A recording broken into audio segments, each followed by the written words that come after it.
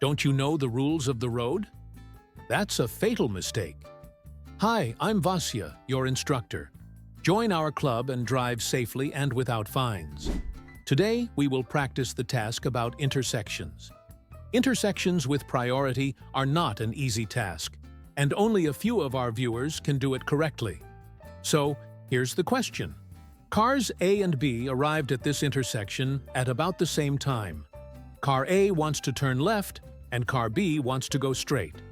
Who has the right of way? Choose option number 1, Car A, because it is turning left. Number 2, Car B, because it is going straight.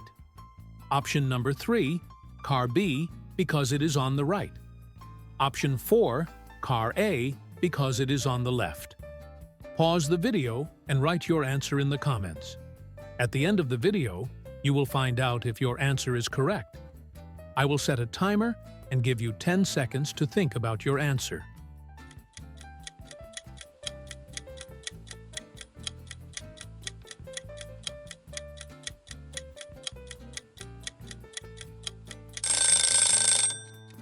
Hope you have made your choice, because we are moving on to analyzing this task.